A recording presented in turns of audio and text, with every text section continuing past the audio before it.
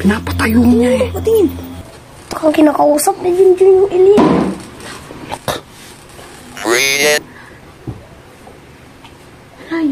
Ano yun? Huwag maingay, huwag maingay. Nato yung nature to. Baka masaniban si Junjun. Kalbo yan eh. Parang mambabarang din na alien eh. Ano to?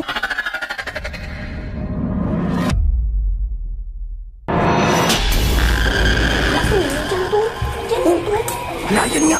Ayan nga yun. Yung nature to, hinahawakan niya to. Parang nag-orasyon siya, no?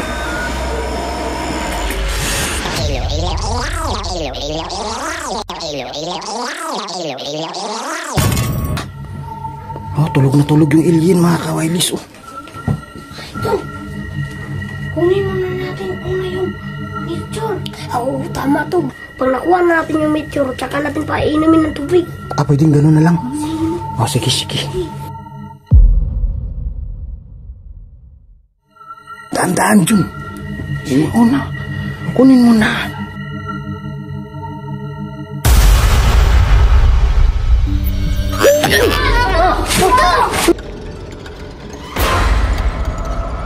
Kinuha si Junjun. Dito muna tayo. Madami pa tayo to. Muna tayo to. Kaya nga to, na to. Patay, nandyan si Junjun eh. Kailangan natin iligtas. Kinuha siya ng alien. Abayaan mo na yan to. Huwag, kasama kasi natin yun eh. Baka pagalitan tayo ng mama niya. Tawa tayo ng paraan para maligtas natin si Junjun. Ilagat to si Junjun to. Huwag tayong umalis hanggat hindi natin siya naliligtas. Baka nahawa na yun. Pasukin na lang natin to.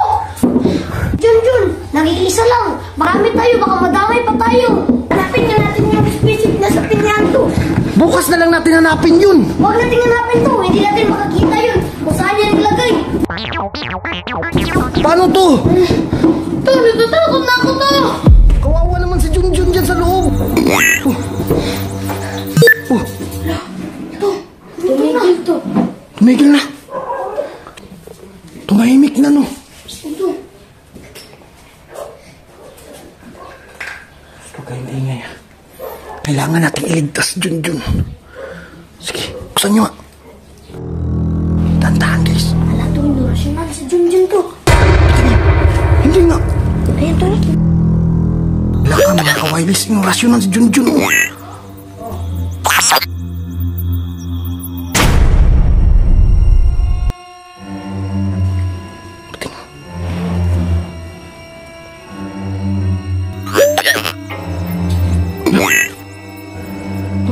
Tumayo.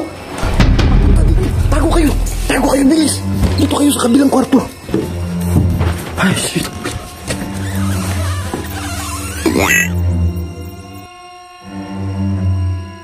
Nakontrol ng alien si Junjun. Anong ginagawa niya kay Junjun? Ano yun to? Patayo niya eh. Patingin. Tingnan nyo. Kaya nga to. Parang yung rasyonal niya to. Rasyon talaga dun. Baka kinakausap na Junjun yung alien.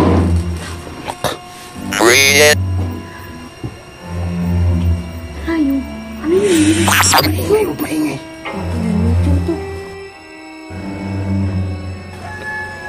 Baka masaniban si Junjun. Kaya nga to, baka makakawa yan.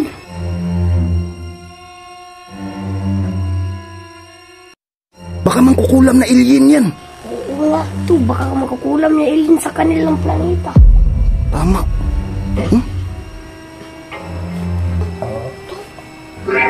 Pinairan siya ng bato. Baka sabon yan sa ibang planeta, guys. Kaya pinapahid niya sa katawan ni Junjun. Kawawa naman si Junjun.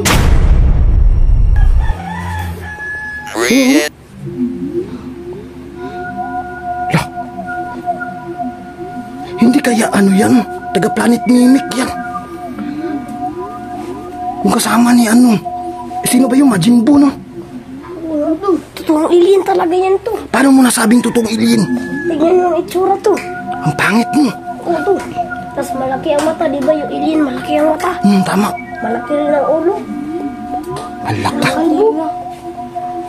Kalbo yan eh. Parang mambabarang din na alien eh. Ano to? Anong ginawa na kang Junjun? Baka gawing gold si Junjun. Ano nga? Diba? Sana to.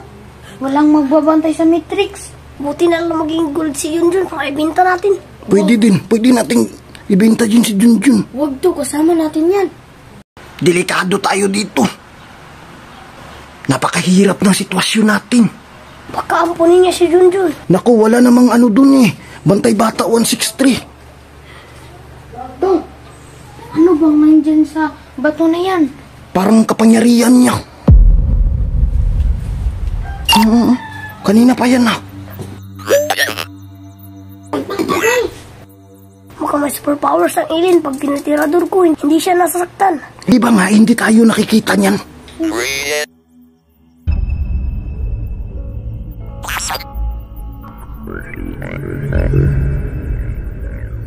Aalis na siya. Dito, papunta dito to.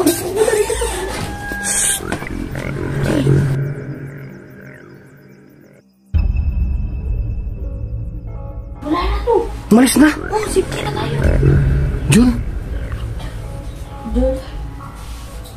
Sila si Junjun. Habang wala pa yung ano, alien. Sige na to. Jun, okay ka lang, Jun. Jun.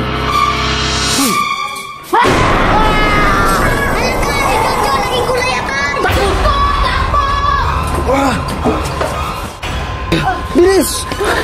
Naging ito yung itinigil yun! Hetak mo! Ang pakagawa dyan sa kapulisalan! Tara, sumbong natin!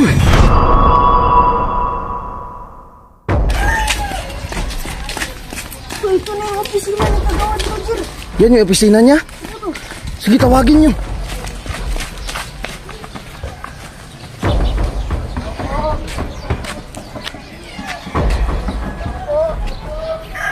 Andyan siya?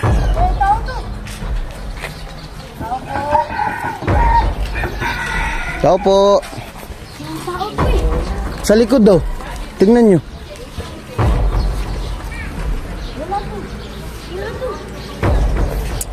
Patay, nasan kaya yun si Kagawad Roger ah? Hanapin nyo si Kagawad Roger. Sino yung isa? Si Puntalan. Kailangan natin yun eh. Sumama sila sa camping. Camping saan? Sa bukid? Hindi to. Yung sa company to, yung tumatakbong mga kagawad. Ganun ba? Naku, hindi natin maasahan yung dalawa. Paano to? Paano natin maliligtas si Junjun?